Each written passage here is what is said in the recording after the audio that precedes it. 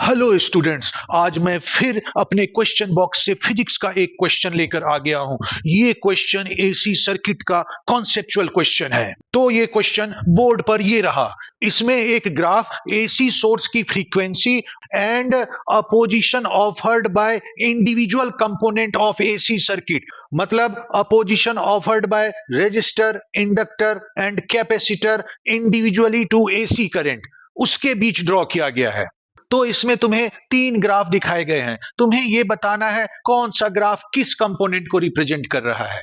तो हमेशा की तरह वीडियो पॉज करो और अपने एसी सर्किट के सारे सीखे हुए कॉन्सेप्ट्स को रिकॉल करो और इस क्वेश्चन को सॉल्व करने की कोशिश करो। उसके बाद ही मेरा एक्सप्लेनेशन देखना, क्योंकि रेजिस्टर जो अपोजिशन ऑफर्ड करेगा एसी करंट को, वो एसी सोर्स की फ्रीक्वेंसी पे डिपेंड नहीं करता है। इसलिए एसी सोर्स की फ्रीक्वेंसी कितनी भी चेंज कर दो, रेजिस्टर का रेजिस्टेंस वही बना रहेगा, कोई चेंज नहीं होगा। तो इसलिए ये जो ग्राफ 3 है, जो ये इंडिकेट कर रहा है कि फ्रीक्वेंसी चेंज करने पे भी अपोजिशन वही रहती है, तो ये ग्राफ 3 जो है वो रेजिस्टर को रिप्रेजेंट कर रहा है।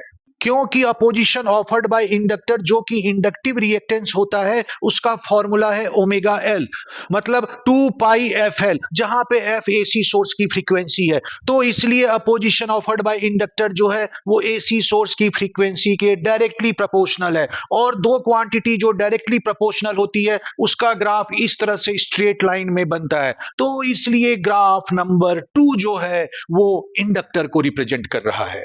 इसी तरह से opposition offered by capacitor to AC current, जिसे हम कैपेसिटिव रिएक्टेंस कहते हैं, उसका फॉर्मूला होता है 1 अपॉन ओमेगा सी, मतलब 1 अपॉन 2 पाई एफ सी। तो इसलिए अपोजिशन ऑफर्ड बाय जो कैपेसिटर है वो एफ के इनवर्सली प्रोपोर्शनल है। और इनवर्सली प्रोपोर्शनल का ग्राफ इस तरह से पैराबोलिक शेप में बनता है। इसलिए ग्राफ नंबर 1 जो है वो कैपेसिटर को रिप्रेजेंट कर रहा है।